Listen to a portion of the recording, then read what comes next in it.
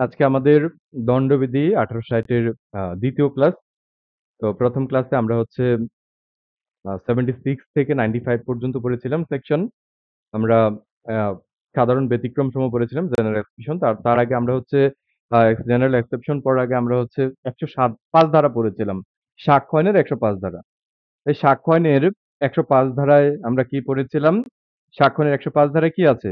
কেউ যদি দণ্ডবিধির সাধারণ ব্যতিক্রম বা বিশেষ ব্যতিক্রম বা অন্য কোনো আইনের অন্য কোনো অংশের শর্তের ব্যতিক্রম দাবি করে, তাহলে যেই ব্যক্তি দাবি করবে সেই ব্যক্তিকেই সেই ব্যতিক্রমগুলো প্রমাণ করতে হবে। অর্থাৎ আসামি যে অপরাধ করেনি, আসামি যে ব্যতিক্রমের মধ্যে পড়ে, সে ব্যতিক্রম কিন্তু আসামিকেই প্রমাণ করা লাগবে। আদালত হচ্ছে শিয়াল প্রিজুম করবে। আদালত শিয়াল প্রিজুম করবে যে, যে ব্যক্তির বিরুদ্ধে মামলা হয়েছে, যে ব্যক্তি আসামি তিনিই প্রকৃতপক্ষে অপরাধটা করেছেন। ওকে, ব্যক্তিগত প্রতিরক্ষার অধিকার, রাইট অফ প্রাইভেট ডিফেন্স, যে আপনি আত্মরক্ষার অধিকার কয়টি ক্ষেত্রে প্রয়োগ করতে পারবেন বা কখন প্রয়োগ করতে পারবেন এই সম্পর্কিত বিধান 96 থেকে 106 পর্যন্ত আছে। আমরা বিস্তারিত আলোচনা করতেছি। খুবই গুরুত্বপূর্ণ একটি টপিক। আপনাদের লিখিত পরীক্ষায় কিন্তু জেনারেল এক্সেপশন এর যে বিষয় আছে, সেটা কিন্তু আপনারা লিখিত পরীক্ষা লিখার সময় যদি মেনশন করা না থাকে তাহলে সেক্ষেত্রে ৭৬ থেকে ১০৬ পর্যন্তই লিখবেন। আর অনেক সময় এরকম হয় যে শুধুমাত্র ব্যক্তিগত প্রতিরক্ষার অধিকার চায়। শুধুমাত্র ব্যক্তিগত প্রতিরক্ষার অধিকার সম্পর্কিত যদি জানতে চায়, হ্যাঁ? তাহলে সেক্ষেত্রে লিখিত পরীক্ষায় ৯৬ থেকে ১০৬ পর্যন্ত লিখলেই হবে। আর এমসিকিউ পরীক্ষায় যদি কোয়েশ্চেন হয় সেক্ষেত্রে আপনাদের অবশ্যই সেকশন মেনশন করে, টপিক মেনশন করে বা হচ্ছে প্রবলেম কোয়েশ্চেন মেনশন করেই কোয়েশ্চেন আসবে। ওকে, আমরা শুরু করতেছি। 96, আত্মরক্ষার ক্ষেত্রে সম্পাদিত কাজ। তাহলে আপনি, আমি, আমরা আত্মরক্ষার ক্ষেত্রে যাই করি না কেন, হুম? আত্মরক্ষার ক্ষেত্রে সম্পাদিত কাজ কি হবে না? আত্মরক্ষার ক্ষেত্রে ব্যক্তিগত অধিকার প্রয়োগজনিত কোনো কাজই অপরাধ হবে না। কোথায় বলা আছে? ৯৬ ধারায়। আর ৯৭ এ বলা আছে যে আপনি এই যে আত্মরক্ষার অধিকার, এটা আপনি কয়টি ক্ষেত্রে প্রয়োগ করতে পারবেন? এমসিকিউ পরীক্ষায় যদি কোয়েশ্চেন হয় যে আত্মরক্ষার ব্যক্তিগত অধিকার কয়টি ক্ষেত্রে প্রয়োগ করা যাবে? তাহলে উত্তর হবে কি? আপনার ২ টি ক্ষেত্রে প্রয়োগ করা যাবে বা ২ টি ক্ষেত্রে ব্যবহার করা যাবে। সেগুলো কি? আপনি হচ্ছে নিজের দেহ রক্ষার্থে বা অন্যের দেহ রক্ষার্থে আত্মরক্ষার যে ব্যক্তিগত অধিকার সেটা প্রয়োগ করতে পারবেন, বা নিজের যেই সম্পত্তি রক্ষার্থে বা অন্যের সম্পত্তি রক্ষার্থে আপনি আত্মরক্ষার ব্যক্তিগত অধিকার প্রয়োগ করতে পারবেন। তাহলে রাইট অফ প্রাইভেট ডিফেন্স এর 96 এ আমরা পড়েছি যে আত্মরক্ষার ক্ষেত্রে যদি কেউ কিছু করে সেটা অপরাধ নয়। আর 97 এ পড়েছি আপনি আত্মরক্ষার যে ব্যক্তিগত অধিকার সেটা কয়টি ক্ষেত্রে ব্যবহার করতে পারবেন? ২ টি ক্ষেত্রে ব্যবহার করতে পারবেন। কি, কি? নিজের দেহ রক্ষার্থে বা অন্যের দেহ রক্ষার্থে, নিজের সম্পত্তি রক্ষার্থে বা অন্যের সম্পত্তি রক্ষার্থে। 98 এ বলা আছে, ধরেন একেবারেই ট্রু সেন্স এ আ আমরা কমলাপুর রেল স্টেশন দিয়ে হেঁটে যাচ্ছি। ট্রেনে উঠবো। হঠাৎ করে তার হাতে বিশাল বড় একটা লাঠি। সে লাঠি দিয়ে আমার দিকে বা আপনার দিকে তেড়ে আসতেছে। এরকম একটা পজিশন, আপনি যদি তাকে হিট না করেন, সেই পাগলকে যদি আপনি আঘাত না করেন, তাহলে উনার হাতে যে অস্ত্র আছে পাগলের হাতে, সে অস্ত্র দিয়ে আপনাকে আঘাত করে মেরে ফেলতে পারে। তাহলে এই ক্ষেত্রে আপনি কি পাগলের বিরুদ্ধে আত্মরক্ষার অধিকার প্রয়োগ করতে পারবেন? আমাদের এই ৯৮ ধারা বলে দিচ্ছে যে পাগল হোক, শিশু হোক, অপরিণত বোধ শক্তি সম্পন্ন হোক, আর কেউ যদি নেশাগ্রস্ত হয়েও আপনার এরকম মানে হচ্ছে কোনো অপরাধ করতে আসে আপনার সাথে, সেক্ষেত্রে আপনি কি করতে পারবেন? তার বিরুদ্ধে যে আত্মরক্ষার ব্যক্তিগত অধিকার সেটা আপনি প্রয়োগ করতে পারবেন। একটা জিনিস কি আমরা একটু পরে পড়লেই বুঝতে পারবো, ১০০ এবং ১০৩ আ এই ২ টা গ্রাউন্ডেই আপনি আত্মরক্ষার্থে, সম্পত্তি রক্ষার্থে মৃত্যু পর্যন্ত ঘটাইতে পারবেন। কিন্তু এমন যদি কেউ ক্ষতি করতে আসে যে আপনার মৃত্যু ঘটবে না, তাহলে সেই ক্ষেত্রেও কি আপনি আত্মরক্ষার অধিকার প্রয়োগ করতে পারবেন না? সেই ক্ষেত্রেও আপনি পারবেন। যেমন কেউ আপনাকে চাবুক দিয়ে বাড়ি দিতে আসতেছে। মানে চাবুক দিয়ে আঘাত করে করতে আসতেছে। যেটা আমরা বাংলা সিনেমায় দেখেছি। নায়িকা আ কি বলে মৌসুমী ওমর সানিকে চাবুক দিয়ে বাড়ি দিচ্ছে। তাহলে চাবুক দিয়ে যদি কেউ আঘাত করতে আসে তাহলে আমরা আত্মরক্ষার্থে কি ওকে পিস্তল দিয়ে গুলি করে মেরে ফেলতে পারবো? মেরে কিন্তু ফেলতে পারবো না। তার মানে চাবুক দিয়ে আঘাত করলে আপনি কি হবেন? সাধারণ আঘাতপ্রাপ্ত হবেন না। অনেকগুলো আঘাত যদি করে সেক্ষেত্রে আপনি গুরুতর আঘাতপ্রাপ্ত হতে পারেন। যদি এরকম কোনো পরিস্থিতি তৈরি হয় যে চাবুক দিয়ে আপনাকে এমনভাবে আঘাত করতেছে যে আঘাতের পর আঘাত, আঘাতের পর আঘাত করে যাচ্ছে যে আপনার মৃত্যু পর্যন্ত হতে পারে। তাহলে যে আঘাত ২০ দিন পর্যন্ত দৈহিক যন্ত্রণা দেয় সেটা কিন্তু আবার গুরুতর আঘাতে চলে যাবে। সেই ক্ষেত্রে আপনি মৃত্যু পর্যন্ত ঘটাইতে পারবেন। কিন্তু একটা সিম্পল আঘাত চাবুক দিয়ে রাগের মাথায় আপনাকে ১-২টা বাড়ি দিতে আসছে বা লাঠি দিয়ে আপনাকে সিম্পল আঘাত করতে আসছে। তাহলে এই ক্ষেত্রে আপনি কিন্তু মৃত্যু ঘটাইতে পারবেন না। অন্য যেকোনো ক্ষতি করতে পারবেন। যাই হোক, ওই বিষয়গুলো আমরা একটু পরেই বলব। 98 এ আমাদের যে বিষয়টা বলতে চেয়েছে যে পাগল শিশু, হ্যাঁ? নাবালক, নেশাগ্রস্ত হয়ে কেউ যদি কোনো অপরাধ করতে আসে, তাদের বিরুদ্ধে আমরা কি করতে পারবো? রাইট অফ প্রাইভেট ডিফেন্স অর্থাৎ ব্যক্তিগত আত্মরক্ষার যে অধিকার, সে অধিকার আমরা প্রয়োগ করতে পারবো। 99 এ বলা আছে যে এমসিকিউ পরীক্ষায় কোয়েশ্চেন আসে যে কয়টি ক্ষেত্রে আত্মরক্ষার যে ব্যক্তিগত অধিকার সেটা প্রয়োগযোগ্য নয়।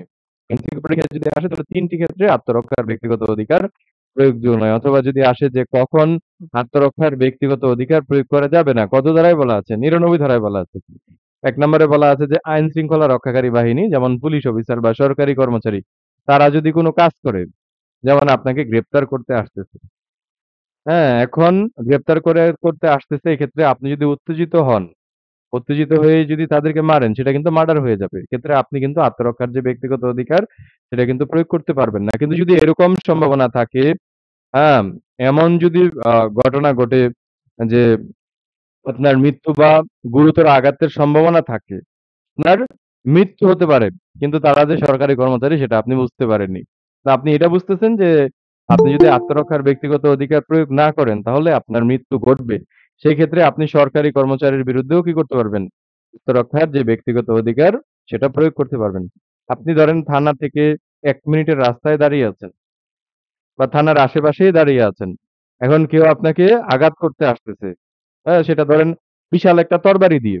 এখন আপনি ইচ্ছা করলেই দৌড়ে বা হচ্ছে আপনি ইচ্ছা করলেই সে থানার ভিতরে আপনি কি করতে পারেন? আশ্রয় নিতে পারেন। এরকম কিন্তু আপনার কি আছে? সুযোগ আছে। আপনি ইচ্ছা করলেই সরকারি কর্মচারীর নিকট আশ্রয় নিতে পারেন। এখন আপনি থানার ভিতর না ঢুকে আপনি কি করেছেন? আপনার পকেটে একটা পিস্তল ছিল। সেই পিস্তল থেকে তাকে আপনি গুলি করেছেন। গুলি করার পর সে মারা গেছে। তাহলে এরকম পরিস্থিতিতে কিন্তু আপনি আত্মরক্ষার ব্যক্তিগত অধিকার প্রয়োগ করতে পারবেন না। অর্থাৎ আমাদের ২ নাম্বার পয়েন্টে যে বিষয়টা বলা আছে যে সরকারি কর্তৃপক্ষের নিকট যদি আশ্রয় নেওয়ার সুযোগ থাকে, তাহলে আমাদের এখানে কি আছে? থানার ভিতরে গিয়ে পুলিশের নিকট আশ্রয় নেওয়ার সুযোগ আছে। তাহলে যেখানে সুযোগ আছে সেখানে আত্মরক্ষার ব্যক্তিগত অধিকার কি করা যাবে না? প্রয়োগ করা যাবে না। 3rd পয়েন্ট খুবই গুরুত্বপূর্ণ দেখেন যে আত্মরক্ষার জন্য যতটুকু অধিকার প্রয়োগ করা প্রয়োজন, তার চেয়ে কিন্তু বেশি করা যাবে না। তাহলে আমাদের কেউ আ চাবুক দিয়ে আঘাত করতে আসতেছে। তাহলে চাবুক দিয়ে যদি কেউ আঘাত করতে আসে, তাকে বড়জোর আমরা লাঠি দিয়ে বাড়ি দিতে পারবো। কিন্তু চাবুক দিয়ে আঘাত করে আসতেছে, তাকে আমরা ঠাস করে গুলি করে মেরে ফেলবো। বা হচ্ছে আমার কাছে তরবারি আছে, সেই তরবারি দিয়ে তার গর্দনা বরাবর, গলা বরাবর কোপ দিব, একদম হচ্ছে মাথা নামিয়ে দিব। এরকমটা কিন্তু করা যাবে না। অর্থাৎ আমাদের ৩ নাম্বার পয়েন্টে বলা আছে যে, আত্মরক্ষার ব্যক্তিগত অধিকার যেখানে প্রয়োগযোগ্য নয় যে আত্মরক্ষার জন্য যতটুকু আপনার হচ্ছে অধিকার প্রয়োগ করা প্রয়োজন, তার চেয়ে আপনি কি করতে পারবেন না? তার চেয়ে আপনি বেশি করতে পারবেন না। ১০০ ধারা থেকে আপনাদের এমসিকিউ পরীক্ষায় ২ টা কোয়েশ্চেন হয়। ৩-৪ টাও হতে পারে। কয়টি ক্ষেত্রে নিজের এবং অন্যের দেহ রক্ষার্থে মৃত্যু ঘটানো যায়? তাহলে নিজের এবং অন্যের বা অপরের দেহ রক্ষার্থে কয়টি ক্ষেত্রে মৃত্যু ঘটানো যায়? ৬ টি ক্ষেত্রে মৃত্যু ঘটানো যায়। তাহলে এটা হলো ১ নাম্বার কোয়েশ্চেন এমসিকিউ পরীক্ষার জন্য। কিন্তু এমসিকিউ পরীক্ষার জন্য ২য় কোয়েশ্চেন। ৬ টি ক্ষেত্রে নিজের এবং অপরের দেহ রক্ষার্থে মৃত্যু ঘটানো যায়। কত ধারায় বলা আছে দণ্ডবিধির? দণ্ডবিধির হলো ১০০ ধারায় বলা আছে। রাইট অফ প্রাইভেট ডিফেন্স, হ্যাঁ? Of the body extend to the causing death এই সম্পর্কিত বিধান দণ্ডবিধির কত ধারায় বলা আছে? ১০০ ধারায় বলা আছে। এমসিকিউ পরীক্ষায় কোশ্চেন আসতে পারে। এগুলো ভিতরে যে ৬ টা পয়েন্ট আছে সেই পয়েন্ট গুলো উত্তর করে আসতে পারে বা ছোট করে প্রবলেম কোশ্চেন দিতে পারে যে রহিম আপনার বরাবর তরবারি নিয়ে তেড়ে আসতেছে। এখন রহিমকে যদি আপনি মেরে না ফেলেন তাহলে সে তরবারি দিয়ে রহিম আপনাকে মেরে ফেলবে। এই পরিস্থিতিতে আপনি রহিমকে মেরে ফেললেন। তাহলে মেরে যদি ফেলেন সেই ক্ষেত্রে আপনি দণ্ডবিধির কোন ধারায় আপনি হচ্ছে প্রাইভেট ডিফেন্স প্রয়োগ করতে পারবেন বা এক্সারসাইজ করতে পারবেন? দণ্ডবিধির ১০০ ধারায়। তাহলে আমাদের ১০০ ধারায় কি বলা আছে? নিজের এবং অপরের দেহ রক্ষার্থে কয়টি ক্ষেত্রে মৃত্যু ঘটানো যায়? তাহলে নিজের এবং অপরের দেহ রক্ষার্থে ৬ টি ক্ষেত্রে মৃত্যু ঘটানো যায়। প্রথমেই কি বলা আছে? যে মৃত্যুর আশঙ্কা হলে। একেবারে যদি ট্রু সেন্স এ বলি ধরেন রহিম সাহেব রাস্তা দিয়ে হেঁটে যাচ্ছে। একটা পর্যায়ে তিনি যখন ছোট একটা কালভার্ট আছে। সেই কালভার্ট অতিক্রম করতেছেন। তখন আ করিম তাকে কি করলো? আ অস্ত্র নিয়ে অর্থাৎ পিস্তল নিয়ে ধাওয়া করল। তার বরাবর গুলি ছুড়লো। ১ম গুলিটা তার শরীরে লাগেনি। এখন সে দেখতেছে সে যদি আ গুলি না করে হচ্ছে সে যদি এটাকে প্রতিহত না করে, আ যে রহিম সাহেবকে যে গুলি করতেছে তাকে যদি সে মেরে না ফেলে, গুলি না করে, তাহলে সে নিশ্চিত মারা যাবে। এমন অনিবার্যমূলক আক্রমণ, সেটা যদি আপনি আক্রমণকারীকে মেরে না ফেলেন, তাহলে সেক্ষেত্রে কনফার্ম আপনার মৃত্যু ঘটবে। তাহলে এই পরিস্থিতিতে আপনি তার কি করতে পারেন? তাকে মৃত্যু পর্যন্ত ঘটাইতে পারেন।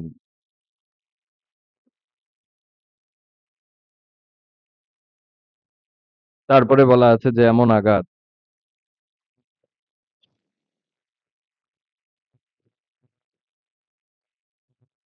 এমন আঘাত ধরেন একজন ব্যক্তি তার হাতে ধারালো একটা তরবারি আছে। সে তরবারি দিয়ে রহিম সাহেবের বরাবর তেড়ে যাচ্ছে। এখন রহিম সাহেব যদি সেই ব্যক্তিকে মেরে না ফেলে, যার হাতে তরবারি আছে, তাহলে সে তরবারি দিয়ে তাকে আঘাত করবে যে এক আঘাতেই তার মৃত্যু পর্যন্ত করতে পারে। অথবা রড দিয়ে মাথা বরাবর বাড়ি দিতে আসতেছে। অর্থাৎ যদি গুরুতর আঘাতের আশঙ্কা থাকে, তাহলে প্রথমে হলো যে ব্যক্তি মারতে আসতেছে তাকে যদি মেরে না ফেলেন তাহলে আপনার মৃত্যু ঘটবে।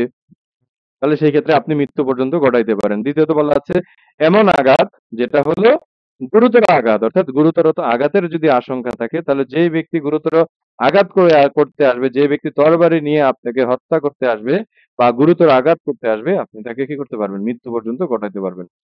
৩ নাম্বার পয়েন্টে বলা আছে কেউ যদি নারী দর্শন করতে আসে, কেউ যদি নারী দর্শন করতে আসে তাহলে দর্শনকারীকে কি করা যাবে? দর্শনকারীকে মৃত্যু পর্যন্ত কি করা যাবে? মৃত্যু পর্যন্ত ঘটানো যাবে। তারপরে হচ্ছে আনন্যাচারাল অফেন্স। আপনারা জানেন যে দণ্ডবিধির ৩৭৭ ধারায়, হ্যাঁ? আনন্যাচারাল অফেন্স বা অনেকটা হচ্ছে বলাৎকার বলতে পারেন। এই ধরনের অপরাধ যদি কেউ করতে আসে তাহলে ওই ব্যক্তিকে কি করা যাবে? ওই ব্যক্তিকে মৃত্যু পর্যন্ত ঘটানো যাবে। ৫ নাম্বার পয়েন্টে বলা আছে যে শিশু অপহরণ বা ব্যক্তি অপহরণের আশঙ্কা থাকবে। যে শিশু অপহরণ বা ব্যক্তি অপহরণ যদি কেউ করতে আসে, অপহরণকারীকে কি করা যাবে? মৃত্যু পর্যন্ত ঘটানো যাবে। এ বলা আছে যে অবৈধ আটকের সম্ভাবনা দেখা দেয়। আয়েশা বলতেছে যে তারা আইন শৃঙ্খলা রক্ষাকারী বাহিনী। কিন্তু তাদেরকে দেখেই বোঝা যাচ্ছে যে তারা কোনো দস্যু দল বা ডাকাত দল। এখন এমন আটকের সম্ভাবনা দেখা যাচ্ছে যে আপনি ইচ্ছা করলেই সরকারি কর্মচারীর নিকট আপনিও আশ্রয় লাভ করতে পারবেন না। তাহলে সেই ক্ষেত্রে এদের কি করতে পারবেন? আপনি মৃত্যু পর্যন্ত ঘটাইতে পারবেন। আপনারা জানেন যে ফৌজদারি কার্যবিধি অ্যামেন্ডমেন্ট হয়েছে। এখানে ৪৬ এর ক নতুন করে যুক্ত হয়েছে। এখানে সুনির্দিষ্টভাবে বলা আছে যদি কোনো ব্যক্তি কোনো আইন শৃঙ্খলা রক্ষাকারী বাহিনী ব্যক্তি অপর কোনো ব্যক্তিকে গ্রেফতার করতে যায় তাহলে আইন শৃঙ্খলা রক্ষাকারী বাহিনী তাদের কি করবেন? পরিচয়পত্র সোয়াপ করবেন। পরিচয়পত্র দেখাবেন এবং তাদের যে ড্রেস আপ আছে সেই ড্রেস আপ ওনারা করবেন। ১০১ এ বলা আছে দেহ রক্ষার্থে মৃত্যু ব্যতীত অন্য যেকোনো ক্ষতি করা যাবে। তাহলে আমরা এমসিকিউ পরীক্ষায় যদি কোশ্চেন হয় যে কয়টি রক্ষার্থে, হ্যাঁ, দুঃখিত, কয়টি ক্ষেত্রে দেহ রক্ষার্থে মৃত্যু ঘটানো যাবে? ফলে আপনার ৬ টি ক্ষেত্রে দেহ রক্ষার্থে মৃত্যু ঘটানো যাবে। তাহলে এই ৬ টা ক্ষেত্র ব্যতীত অন্য কোনো অপরাধ যদি আপনার সাথে কেউ করতে আসে, তাহলে ১০০ ধারায় যে ৬ টা গ্রাউন্ডের কথা বলা আছে বা ৬ টা ক্ষেত্রের কথা বলা আছে, এই অপরাধ ব্যতীত অন্য কোনো অপরাধ যদি করতে আসে, তাহলে সেক্ষেত্রে আপনি কি করতে পারবেন? সেই ক্ষেত্রে আপনি মৃত্যু ব্যতীত অন্য যেকোনো প্রতিসাধন করতে পারবেন। তাহলে এই ৬ টা ক্ষেত্রের বাইরে যদি আমরা বলি, ধরেন কেউ একজন আপনাকে লাঠি দিয়ে মারতে আসতেছে। হ্যাঁ, তাহলে বা কেউ চাঁদাবাজি করতেছে বা অন্য যেকোনো অপরাধ সেটা। হ্যাঁ, তাহলে সেই অপরাধীকে কিন্তু আমরা মৃত্যু ঘটাইতে পারবো। মৃত্যু ব্যতীত অন্য যেকোনো ক্ষতি করতে পারবো। ওকে ১০২ এ বলা আছে দেহ রক্ষার অধিকারের শুরু এবং স্থিতিকাল এটা কতক্ষণ পর্যন্ত অব্যাহত থাকবে? তাহলে দেহের ক্ষতি হওয়ার আতঙ্ক শুরু হওয়ার সাথে, সাথে এটা শুরু হবে এবং এরকম আতঙ্ক যতক্ষণ পর্যন্ত অব্যাহত থাকবে, ততক্ষণ পর্যন্ত আপনি সেটা কি করতে পারবেন? আপনি সেটা ব্যবহার করতে পারবেন। তাহলে দেহের ক্ষতি হওয়ার আতঙ্ক শুরু হওয়ার সাথে, সাথে এটা শুরু হবে এবং এরূপ আতঙ্ক যতক্ষণ পর্যন্ত অব্যাহত থাকবে, ততক্ষণ পর্যন্ত আপনি এটা কি করতে পারবেন? ব্যবহার করতে পারবেন। ওকে। তাহলে আমরা ১০০ দ্বারাই পাইলাম যে ৬ টি ক্ষেত্রে একজন ব্যক্তি কি করতে পারবে? তার নিজের এবং অপরের দেহ রক্ষার্থে মৃত্যু পর্যন্ত ঘটাইতে পারবে। আর ১০৩ এ বলা আছে যে সম্পত্তি রক্ষার্থে কি করা যায়? নিজের সম্পত্তি এবং অপরের সম্পত্তি রক্ষার্থে মৃত্যু ঘটানো যায়। তাহলে কয়টি ক্ষেত্রে? নিজের এবং অপরের সম্পত্তি রক্ষার্থে মৃত্যু ঘটানো যাবে। ১০৩ এ বলা আছে যে ৪ টি ক্ষেত্রে নিজের বা অন্যের সম্পত্তি রক্ষার্থে কি করা যাবে? হ্যাঁ? ৪ টি ক্ষেত্রে নিজের বা অন্যের সম্পত্তি রক্ষার্থে মৃত্যু ঘটানো যাবে। সেগুলো কি? ১ নম্বরে বলা আছে যে দস্যুতা মোকাবেলায়। তাহলে দস্যুতা যদি কেউ করতে আসে, দস্যুতা কি? দস্যুতা হলো ছিনতাই। আপনি রাস্তা দিয়ে হেঁটে যাচ্ছেন। একেবারে একটু শুনছি মোহাম্মদপুর, ডেঞ্জারাস এলাকা। রাত্রে বেলা এখন বাজে ১০টা ৪১। আপনি রাস্তা দিয়ে হেঁটে যাচ্ছেন, হঠাৎ করে ২ টা ছেলে আপনার সামনে চলে আসলো, হাতে চাপা চিক করতেছে। এখন বলতেছে, "যা আছে দিয়ে দাও।" আপনার কাছে আপনার লাইসেন্স করা একটা পিস্তল আছে।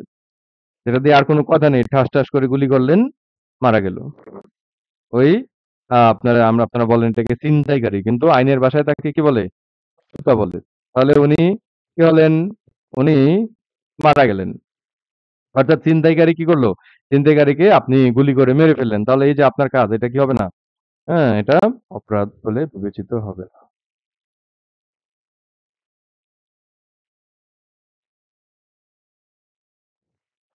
তাহলে দস্যুতা মোকাবেলায় কি করা যাবে? দস্যুতা মোকাবেলায় আপনার মৃত্যু পর্যন্ত ঘটানো যাবে। তাহলে ছিনতাইকারীকে যদি আপনি মেরে ফেলেন, তাহলে আপনি এই ১০৩ এর ১ নাম্বার গ্রাউন্ডে কিন্তু আপনি প্রাইভেট ডিফেন্স এর আওতায় পড়ে যাবেন। তাহলে দস্যুতা যিনি করতে আসবেন তাকে কি করা যাবে? মৃত্যু পর্যন্ত ঘটানো যাবে। তারপরে বলা আছে রাতে অপথে গৃহপ্রবেশ, শিডিউল চুরি, ঘর ভেঙে চুরি। আগের যুগে এরকম ছিল। এখন এরকম নেই খুব একটা। কারণ আগে যারা বাড়িঘর করতো ওনাদের যে বাড়ি ছিল সেগুলো মাটির ঘর ছিল। তাহলে মাটির ঘরের নিচ দিয়ে হচ্ছে হিন দিয়ে ছিদ্র করে ওই ভিতর দিয়ে ঢুকে তারপরে হচ্ছে আপনার হচ্ছে টিভি, রেডিও আরো যে প্রয়োজনীয় জিনিসপত্র আছে থালা বাসন সহ কি করতো? চুরি করতো। তাহলে রাতে যদি কেউ এরকম হিন দিয়ে চুরি করে, যেটাকে আমরা শীতল চুরি বলি, শীতল চুরি করে, তাহলে সেই চোরকে কি করা যাবে? সম্পত্তি রক্ষার্থে মৃত্যু পর্যন্ত ঘটানো যাবে। তারপরে ৩ নম্বরে বলা আছে চুরি বা অনধিকার প্রবেশের ক্ষেত্রে যদি আশঙ্কা থাকে, শুনতে পাই না। আপনাদের সবার ক্ষেত্রে কি তাই হচ্ছে? শুনতে পাচ্ছেন না? আচ্ছা, আমি আনমিউট করে দিচ্ছি।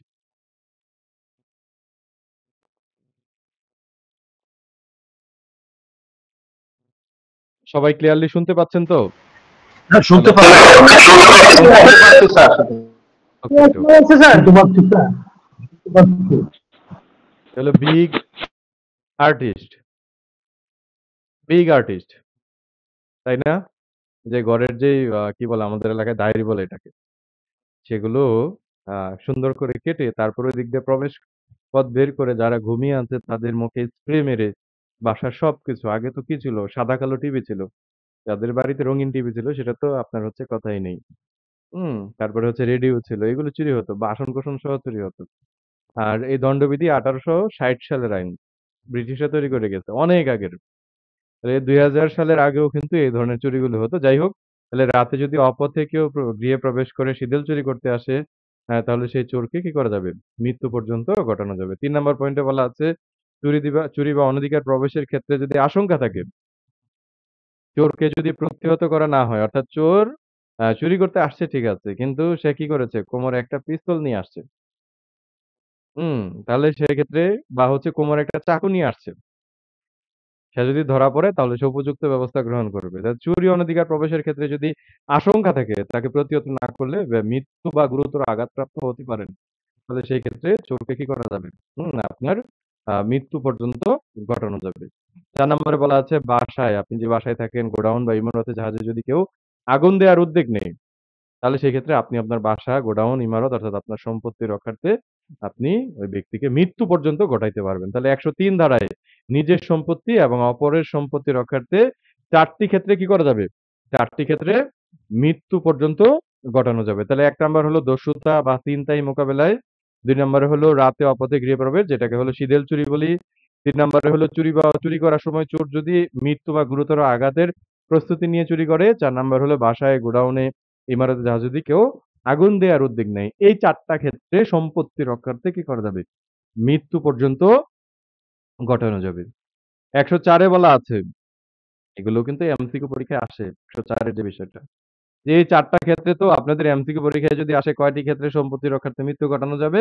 আপনারা হচ্ছে সঠিক বৃত্ত ভরাট করবেন যে ৪ টি ক্ষেত্রে। কত ধারায় বলা আছে? ১০৩ ধারায়। এখন এমসিকিউ পরীক্ষাটা একটু ঘুরিয়ে দিল। যে ১০৪ ধারায় ৪ টি ক্ষেত্রে সম্পত্তি রক্ষার্থে মৃত্যু ঘটানো যায়। তাহলে উপরোক্ত বিষয় ব্যতীত অন্যান্য ক্ষেত্রে মৃত্যু ব্যতীত অন্য ক্ষতি কখন করা যাবে? এই সম্পর্কিত বিষয় কোথায় বলা আছে? যে মৃত্যু ব্যতীত অন্য ক্ষতি করা যাবে। তাহলে সম্পত্তি রক্ষার্থে এই ৪ টা ক্ষেত্রে মৃত্যু ঘটানো যাবে। তাহলে এই ৪ টা ক্ষেত্রে মৃত্যু ব্যতীত অন্য ক্ষতি করা যাবে বিষয়ে বলা আছে হচ্ছে ১০৪ ধারায়। তাহলে ১০৩ ধারায় যে ক্ষেত্রগুলো আছে চুরি, অনধিকার প্রবেশ, দস্যুতা এই ক্ষেত্রে আপনি মৃত্যু ঘটাতে পারবেন। তাছাড়া যদি সম্পত্তি রিলেটেড অন্য কোনো অপরাধ কেউ করতে আসে তাহলে সেক্ষেত্রে আপনি কি করতে পারবেন? মৃত্যু ব্যতীত অন্য যেকোনো ক্ষতি করতে পারবেন বাট মৃত্যু ঘটাইতে পারবেন না। ১০৫ এ বলা আছে যে সম্পত্তি রক্ষার ব্যক্তিগত অধিকার প্রয়োগের শুরু এবং স্থিতিকাল। এটা কখন শুরু হবে, কখন শেষ হবে? তাহলে চুরির ক্ষেত্রে, সিঁদুর চুরির ক্ষেত্রে চোর যখন প্রবেশ করলো আপনার রুমের ভিতরে, বাসায়, চোর যতক্ষণ পলায়ন না করলো বা চোর যতক্ষণ পর্যন্ত পুলিশ চোরকে গ্রেপ্তার না করলো বা যতক্ষণ পর্যন্ত আতঙ্ক অব্যাহত থাকলো। মোহাম্মদপুরের ঘটনায় সেই আ আ ছিনতাইয়ের ঘটনায় ছিনতাইকারী যতক্ষণ পর্যন্ত পুলিশের কাছে ধরা না পড়ল বা এই ছিনতাইয়ের আতঙ্ক যতক্ষণ পর্যন্ত অব্যাহত থাকলো। আর হচ্ছে আগুন দেয়ার ক্ষেত্রে যতক্ষণ পর্যন্ত সেই ক্ষতির যেই উদ্বেগটা আছে সেটা অব্যাহত থাকলো। চুরির ক্ষেত্রে চোর যতক্ষণ পলায়ন না করে, যতক্ষণ পর্যন্ত পুলিশ না ধরে, দস্যুতার ক্ষেত্রে আপনার হচ্ছে যতক্ষণ পর্যন্ত আঘাত দানের বা অবৈধ অবরোধের উদ্যোগ অব্যাহত থাকে, অনধিকার প্রবেশের ক্ষেত্রে অনধিকার প্রবেশ যতক্ষণ অব্যাহত থাকে, সিরিয়াল চুরির ক্ষেত্রে যতক্ষণ চোরের সেই মাধ্যম অব্যাহত থাকে বা যতক্ষণ পর্যন্ত প্রবেশ অব্যাহত থাকে, ততক্ষণ পর্যন্ত চোরকে পুলিশ না ধরতে পারে ততক্ষণ পর্যন্ত এই সম্পত্তি রক্ষার্থে আপনার যে ব্যক্তিগত অধিকারের প্রয়োগ আ এর শুরু এবং স্থিতিকাল অব্যাহত থাকবে। ১০৬ এ বলা আছে নিরপরাধ ব্যক্তির ক্ষতিও অপরাধ নয়। আপনি একজন নিরপরাধ ব্যক্তিকে মেরে ফেলবেন, গুলি করে। কিন্তু সেটা অপরাধ হবে না। কোন গ্রাউন্ডে অপরাধ হবে না? একেবারেই যদি আমরা ট্রু সেন্স এ বোঝার চেষ্টা করি, ধরেন আপনি রাস্তা দিয়ে হেঁটে যাচ্ছেন। আপনি নিজেই। আপনি রাস্তা দিয়ে হেঁটে যাচ্ছেন। হঠাৎ করে একদল লোক ২০ জন বা ৩০ জন বা ৫০ জন, ধরেন ৩০ জন ২০-২৫ জনের একদল লোক আপনাকে কি করতেছে? লাঠিসোঁটা, অস্ত্র-শস্ত্র নিয়ে আপনাকে মেরে ফেলার জন্য যেটাকে বলা হয় মানে আপনার দিকে তেড়ে আসতেছে। এরকম পরিস্থিতিতে আপনি দৌড় দিলেন। এবং আপনি তো আপনার জীবন রক্ষা করবেন যেহেতু রাইট অফ প্রাইভেট ইমেজ। আ আপনাকে মেরে ফেলবে এখানে এরকমভাবে আঘাত আসতেছে আপনার প্রতি। আপনি যদি তাদেরকে মেরে না ফেলেন বা তাদেরকে আঘাত না করেন তাহলে সেক্ষেত্রে আপনার মৃত্যু অনিবার্য। তাহলে সেই ক্ষেত্রে আপনি কি করতে পারবেন? আপনার কাছে ধরেন হচ্ছে একটা পিস্তল আছে। সেখান থেকে আপনি কি করলেন? আপনি হলো সেই যেই ২০-২৫ জনের যেই ৩০ জনের যেই হচ্ছে গ্রুপ সেখানে আপনি গুলি করলেন। এখন গুলি করার পর সেই সমাবেশের মধ্যে থেকে ধরেন হচ্ছে আক্রমণ দলের মধ্যে একজন শিশু আছে। শিশুর গায়ে লাগলো। শিশুর গায়ে লাগার পর শিশু মারা গেল। তাহলে এই যে আপনি শিশুকে গুলি করলেন, শিশুকে গুলি করলেন, নিরপরাধ ব্যক্তিকে গুলি করলেন। আপনার এই কৃত কাজ কি হবে না? কৃত কাজ অপরাধ বলে বিবেচিত হবে না। আর আমাদের ১০৬ এ বলা আছে যে নিরপরাধ ব্যক্তির ক্ষতিও কি নয়? নিরপরাধ ব্যক্তির ক্ষতিও অপরাধ নয়। তাহলে মারাত্মক আক্রমণের বিরুদ্ধে ব্যক্তিগত প্রতিরক্ষার অধিকার প্রয়োগের ক্ষেত্রে নিরপরাধ ব্যক্তির ক্ষতিও কি নয়? অপরাধ নয়। তাহলে কোনো একজন ব্যক্তি একদল মানুষ কর্তৃক আক্রমণের শিকার হয়। আপনি হলেন একজন। কিন্তু আক্রমণের শিকার হয়েছেন একদল ব্যক্তির, ২৫-৩০ জন ব্যক্তির। এখন আপনি তাদের থেকে বাঁচার জন্য তাদের প্রতি গুলি ছুড়েছেন। এখন সেই গুলি আক্রমণ দলের মধ্যে থাকা একজন শিশুর গায়ে লাগলো বা রাস্তার পাশে দাঁড়িয়ে থাকা একটি শিশুর গায়ে লাগলো। এখন শিশু মারা গেল। তাহলে শিশুকে বাদ দিয়ে তো আপনার গুলি করার কোনো সুযোগ ছিল না।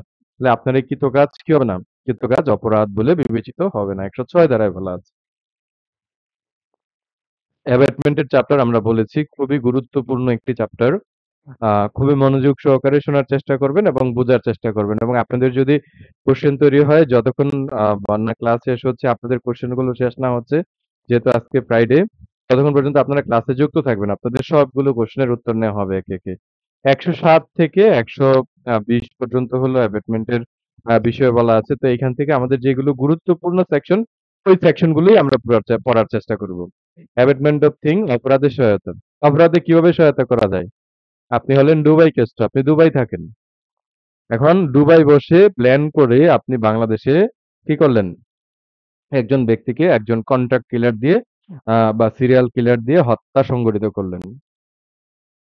তাহলে আপনি তো আ মানে হত্যাকাণ্ডে যেই ঘটনাস্থল সেখানেও আপনি উপস্থিত হননি। শুধু আপনি কি করেছেন? আপনি হলো দুবাই বসে পরিকল্পনা করেছেন। প্ররোচনা দিয়েছেন। একজন ব্যক্তিকে ভাড়া করেছেন, তাকে টাকা দিয়েছেন। তাকে দিয়ে অন্য আরেকজনকে মেরে ফেলেছেন। তাহলে এই যে কৃতকাজ, আপনি কি করেছেন? আপনি হলো অপরাধে সহায়তা করেছেন। তাহলে এইভাবে অপরাধে সহায়তা করা যায়। আ এখন কিভাবে অপরাধে সহায়তা করা যায় সেই সম্পর্কে আমরা এখন বিস্তারিত আলোচনা করব।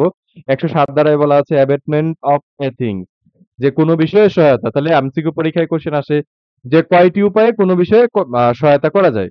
তাহলে কোনো বিষয়ে কয়টি উপায়ে সহায়তা করা যায়? ৩ টি উপায়ে সহায়তা করা যায়। ১ নম্বরে বলা আছে কোনো ব্যক্তিকে উক্ত বিষয়ে প্ররোচনা দিয়ে। তাহলে আপনি দুবাই থাকেন। দুবাই বসে আপনি কি করেছেন? কন্ট্রাক্ট কিলার মিস্টার এক্স কে প্ররোচনা দিয়েছেন। অথবা দুবাই বসে ৪-৫ জন ব্যক্তির সাথে বা এক বা একাধিক ব্যক্তির সাথে কি করেছেন? ওই অবৈধ কাজটি করার জন্য ষড়যন্ত্রে লিপ্ত হয়েছেন। আর ৩ নম্বরে বলা আছে যে উক্ত কাজে সাহায্য করার জন্য ইচ্ছাকৃতভাবে ওই কাজ করেছেন বা বেআইনিভাবে ওই কাজ থেকে বিরত থেকেছেন। এই ৩ টা উপায়ে কি করা যায়? কোন বিষয়ে সহায়তা করা যায়। তাহলে অ্যাবেটমেন্ট অফ থিং, কোন বিষয়ে সহায়তা। তাহলে কয়টি উপায়ে কোন বিষয়ে সহায়তা করা যায়? ৩ টি উপায়ে। কি, কি? কোন ব্যক্তিকে উক্ত বিষয়ে প্ররোচনা দিয়ে, সম্পাদনের জন্য এক বা একাধিক ব্যক্তির সাথে ষড়যন্ত্রে লিপ্ত হয়ে, উক্ত কাজে সাহায্য করার জন্য ইচ্ছাকৃতভাবে উক্ত কাজ করে বেআইনিভাবে উক্ত কাজ করা থেকে বিরত থেকে কি করা যায়? কোন বিষয়ে সহায়তা করা যায়। এখন এভাবে সহায়তা করলেন। সহায়তা করার পর যে ব্যক্তি সহায়তা করলো, তার নাম কি হবে বলেন তো? যে ব্যক্তি সহায়তা করলো তার নাম হলো প্ররোচনাকারী, বা তার নাম হলো কি? তার নাম হলো দুষ্কর্মে সহায়তাকারী, বা তার নাম হলো কি? অ্যাবেটর। তাহলে ১০৮ এ কি বলা আছে? কে অ্যাবেটর? Who is অ্যাবেটর? কে প্ররোচনাকারী? ১০৮ এ ৫ টা ব্যাখ্যা আছে। ৫ টা ব্যাখ্যাই আপনাদের পরীক্ষার জন্য খুবই গুরুত্বপূর্ণ। এমসিকিউর জন্য গুরুত্বপূর্ণ, লিখিত পরীক্ষার জন্য গুরুত্বপূর্ণ। তাহলে ১০৮ ধারা, প্ররোচনাকারী বা হচ্ছে কি দুষ্কর্মে সহায়তাকারী বা অ্যাবেটর। Who is অ্যাবেটর? কে অ্যাবেটর? ১০৮ এর ব্যাখ্যা ১ এ বলা আছে অবৈধ বিরতিতে যদি কেউ সহায়তা করে। ধরেন আপনার গ্রামের নাম হলো সুন্দরপুর। আপনার গ্রামের নাম কি? সুন্দরপুর। তার পাশের গ্রামের নাম কি? তার পাশের গ্রামের নাম হলো ধরেন হচ্ছে কাশিমপুর। এখন মিস্টার এক্স হলো সুন্দরপুর গ্রামের চৌকিদার। চৌকিদার তো বুঝেন। চৌকিদার মানে হলো গ্রাম পুলিশ। তাহলে হঠাৎ করেই সুন্দরপুর গ্রামে ডাকাত পড়েছে। সুন্দরপুর গ্রামে যখন ডাকাত পড়েছে তখন থানা থেকে কি করলো? থানা থেকে পুলিশ আসলো। কিসের জন্য? সুন্দরপুর গ্রামের ডাকাতদেরকে ধরার জন্য। পুলিশ এসে রাস্তার মধ্যে হচ্ছে কাকে পাইলো? চৌকিদার বা গ্রাম পুলিশকে পাইলো। এখন গ্রাম পুলিশকে মিস্টার এক্স কে জিজ্ঞাসা করলো পুলিশ যে, "মিস্টার এক্স, আপনার যে এলাকার সুন্দরপুর সেই গ্রামে নাকি ডাকাতি হচ্ছে। আমরা খবর পেয়েছি থানা থেকে। এরকম খবর শুনেছি যে ডাকাতি হচ্ছে।" তখন চৌকিদার মিস্টার এক্স বলল যে, "না স্যার, এখানে আমাদের সুন্দরপুর গ্রামে কোনো ডাকাতি হচ্ছে না। মনে হয় পাশের গ্রাম কাশিমপুরে কি হচ্ছে? ডাকাতি হচ্ছে।" এখন পুলিশ অফিসার ওই মিস্টার এক্স এর ভাষ্য মতে কোথায় চলে গেল? কাশিমপুর গ্রামে চলে গেল। যাওয়ার পর ওইখানে কোনো ডাকাত দল খুঁজে পেল না। এখন এদিক দিয়ে ডাকাত দল কি করলো? সুন্দরপুর গ্রাম থেকে সবকিছু লুট করে নিয়ে চলে গেল। তাহলে এই যে মিস্টার এক্স, তার ক্যারেক্টার কি হবে? তার চরিত্র কি এইখানে? সে কি ধরনের অপরাধে দোষী সাব্যস্ত হবে? সে হবে একজন অ্যাবেটর। সে অ্যাবেটর কেন হবে? সে দুষ্কর্মে সহায়তাকারী কেন হবে?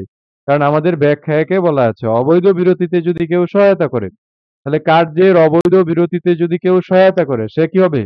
সে একজন অ্যাবেটর হবে। তাহলে পুলিশ আসছে সুন্দরপুর গ্রামের ডাকাত ধরার জন্য। কিন্তু মিস্টার এক্স কি করেছে? কার্যের অবৈধ বিরতি দিয়েছে। তাহলে পুলিশকে কি করেছে? সে কাশিমপুর গ্রামের দিকে ঘুরিয়ে দিয়েছে। তাহলে এই যে মিস্টার এক্স এর কাজ, সে কি হবে?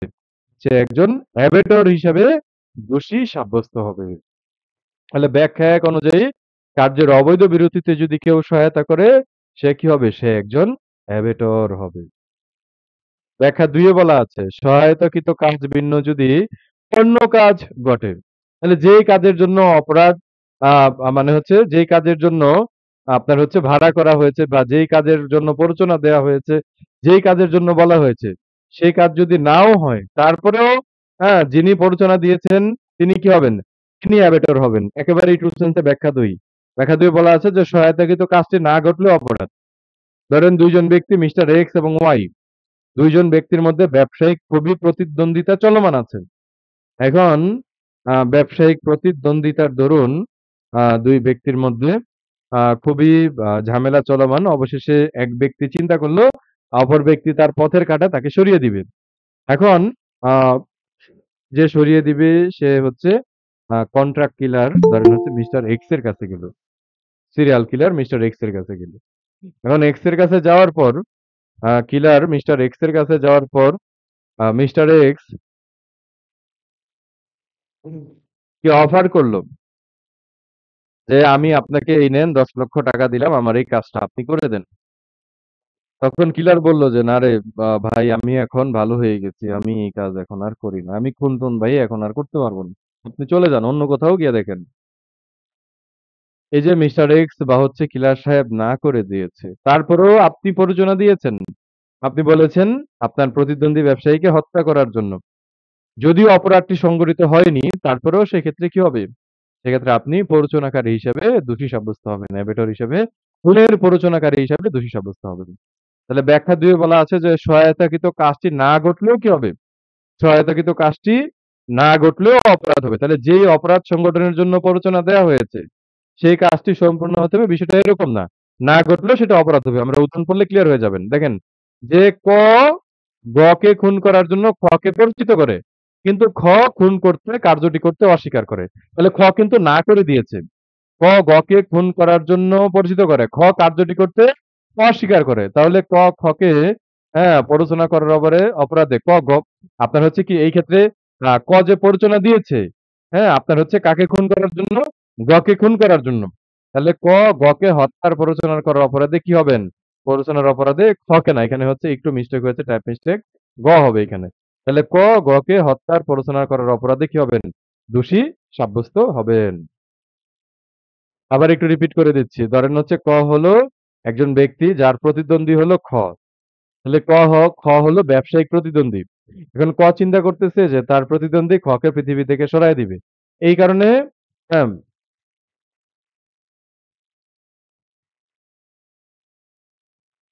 দুঃখিত। এখানে যে প্রবলেম কোয়েশ্চেনটা বলেছে ওইটা এরকম নয় যে গকে খুন করার জন্য খকে পরিচিত করে। তাহলে কাকে মারার জন্য পরিচিত করে? গকে মারার জন্য পরিচিত করে। এখন আ খকে পরিচিত করেছে। যাকে পরিচিত করছে খ হলো কিলার। এখন খ হলো কি? খ এর ক্যারেক্টার হলো কি? খ হলো একজন কিলার। কিন্তু খ বলতেছে যে, "না ভাই, আমি কাজটি করতে পারবো না।" কিলার সাহেব, খ সাহেব না করে দিচ্ছে। নাও যদি করে দেয়, তারপরেও সে কি হবে? কি হবে? গ কে খুন করার অপরাধে অর্থাৎ খুন যেহেতু হয়নি, তাহলে খুন করার প্ররোচনা দেওয়ার অপরাধে কি হবেন? প্ররোচনা দেওয়ার অপরাধে দোষী সাব্যস্ত হবেন। আর ২য় উদাহরণ যে বিষয়টা বলেছে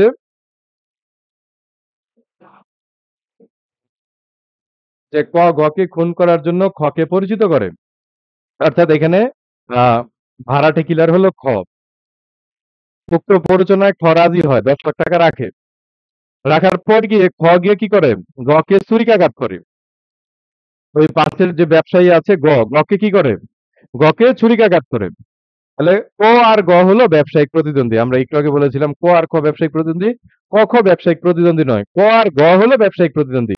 আর খ হলো কিলার। তাহলে ১ম প্রবলেমে খ সরাসরি না করে দিছে। না ভাই আমি এসব খুন-টুন করতে পারব না।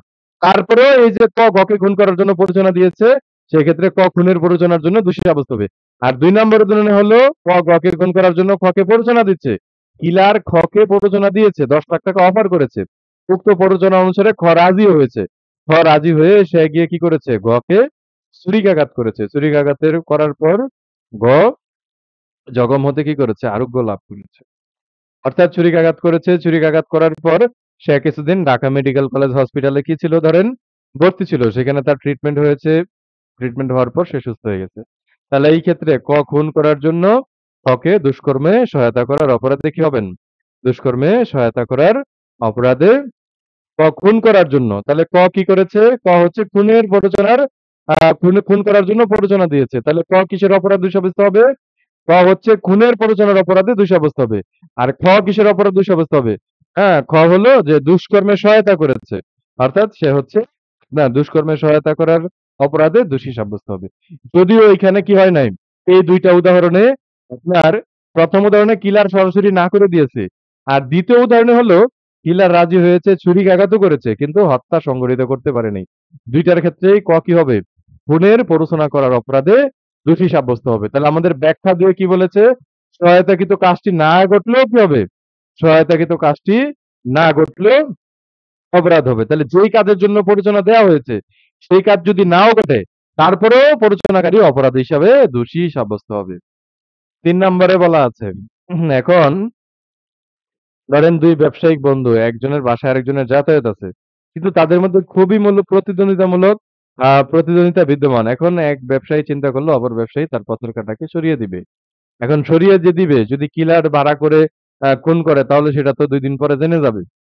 এখন সে পরিকল্পনা করলো যে বাসায় যেই বন্ধুর বা হচ্ছে ব্যবসায়িক প্রতিদ্বন্দ্বীর যেই ছেলে আছে ছোট্ট নাবালক ছেলে, হ্যাঁ? নাবালক ছেলেকে দিয়ে সে কাজটা করিয়ে নিবে। সে নাবালক ছেলেকে কিটক্যাট কিনে দিত, ডেইরি মিল্ক কিনে দিত বা হচ্ছে আমরা যেগুলো হচ্ছে সিআইডি তে দেখে থাকি বা হচ্ছে অন্যান্য জিনিসপত্র কিনে দিয়ে তার সাথে ভাব লাগালো। অবশেষে একদিন কে একটা প্যাকেট ধরিয়ে দিল, দিয়ে বলল যে, "এই প্যাকেটটা কি করো? ওই যে বা দু আ যেই দুধের যে ইয়াটা আছে ওইখানে নিয়ে ঢেলে দাও।" তো যেই কথা সেই কাজ। শিশু তো আর বুঝে না প্যাকেটের মধ্যে কি। সে নিয়ে দুধে ঢেলে দিল। ঢেলে দেওয়ার পর ওই ব্যবসায়িক যে প্রতিদ্বন্দ্বী সে ওই দুধ খেয়ে মারা গেল। তাহলে এই ক্ষেত্রে শিশুর যেই কাজ এটা অপরাধ বলে বিবেচিত হবে না। কিন্তু আপনি কি করেছেন? আপনি শিশুকে দিয়ে কাজটি করিয়েছেন, খুনটা করিয়েছেন। তাহলে আপনি হলেন খুনের অপরাধে দোষী সাব্যস্ত হবেন। তাহলে আমাদের ৩ নাম্বার ব্যাখ্যায় বলা আছে, দুষ্কর্মে সাহায্যকৃত ব্যক্তির আইনত অপরাধ সংগঠনে যোগ্য হওয়া প্রয়োজন নয়। এটা প্রয়োজন নয়। দুঃখিত। যে ওনার কি হতে হবে? ওনার হচ্ছে যিনি ওই দুষ্কর্ম সহায়তা করতেছেন, ওনার আইনত আপনার হচ্ছে যোগ্য হতে হবে। তাহলে যোগ্য এখানে যে শিশুর যে অপরাধটা করলো উনি কি যোগ্য? উনি তো যোগ্য না। উনি আইনত অপরাধ সংগঠনে যোগ্য না। অথবা এই কাজটা একজন পাগল করলো। তাহলে পাগল তো আইনত অপরাধ সংগঠনে কি নয়? হ্যাঁ, আইনত অপরাধ সংগঠনে যোগ্য নয়। যোগ্য না হওয়া সত্ত্বেও যেহেতু তারা এই কাজটি করেছে তাহলে শিশুর কাজ, পাগলের কাজ সেটা অপরাধ বলে বিবেচিত না হলেও এক্ষেত্রে যে ব্যক্তি প্ররোচনা দিয়েছেন, হ্যাঁ, সে কি হবেন? প্ররোচনার অপরাধে দোষী সাব্যস্ত হবেন। তাহলে আমাদের ব্যাখ্যা তিনি কি বলেছে? দুষ্কর্মে সাহায্যকৃত ব্যক্তির আইনত অপরাধ সংগঠনে যোগ্য হওয়ার প্রয়োজন নেই। শুধুমাত্র তার এরকম দুষ্কর্মসাধ্য ব্যক্তির আ অভিপ্রায় থাকলেই যথেষ্ট। তাহলে আপনাদের এখানে ৩ টা উদাহরণ আছে। ১ম উদাহরণে দেখেন বলা আছে শিশু বা পাগলকে দিয়ে কাজ করায়। খাবারে বিষ মিশায়। এখন বিষ মিশানোর পর সে মারা যায়। ২য় উদাহরণেও বলা আছে যে ৭ বছরের শিশুকে দিয়ে কি করে? হ্যাঁ, ৭ বছরের শিশুকে পরিচিত করে কোনো অপরাধ সংগঠনে আপনার হচ্ছে কি করে? সহায়তা করে। এক্ষেত্রে শিশুর কাজ যদিও কোনো অপরাধ নয়, তারপরেও বা পাগলকে দিয়ে বাড়িতে আগুন লাগায়। ৩ নাম্বার উদাহরণে অপরিচিত ব্যক্তি। তাহলে পাগলের কাজ, শিশুর কাজ যদিও অপরাধ নয়, কিন্তু আপনি যে তাকে শিশু বা পাগলকে প্ররোচনা দিয়েছেন, আপনি কি হবেন? আপনি হলেন প্ররোচনাকারী হিসেবে খুনের বা হচ্ছে অপরাধের প্ররোচনাকারী হিসেবে দোষী সাব্যস্ত হবেন। আমাদের ব্যাখ্যা ৩ এ বলা আছে, দুষ্কর্মে সাহায্যযুক্ত ব্যক্তির আইনত অপরাধ সংগঠনের যোগ্য হওয়া প্রয়োজন নয়। ৪ নম্বরে বলা আছে যে আপনি হলেন একজন ব্যবসায়ী, আপনার পার্শ্ববর্তী ব্যবসায়ীকে সরিয়ে দেওয়ার জন্য আপনি সিরিয়াল কিলার এর কাছে গেলেন। এখন যাওয়ার পর ১ মিনিট একটু।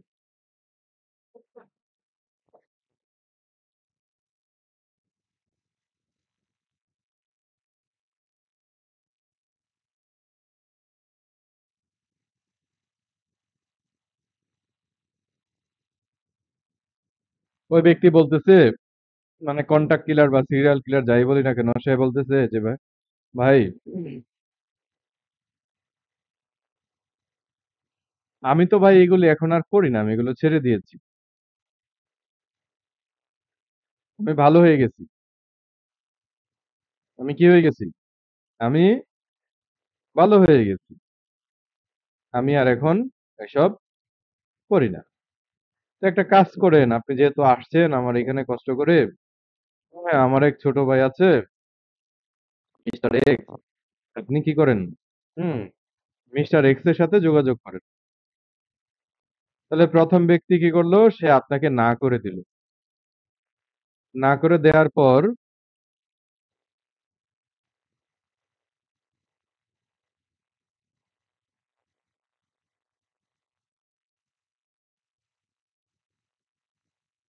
না করে দেওয়ার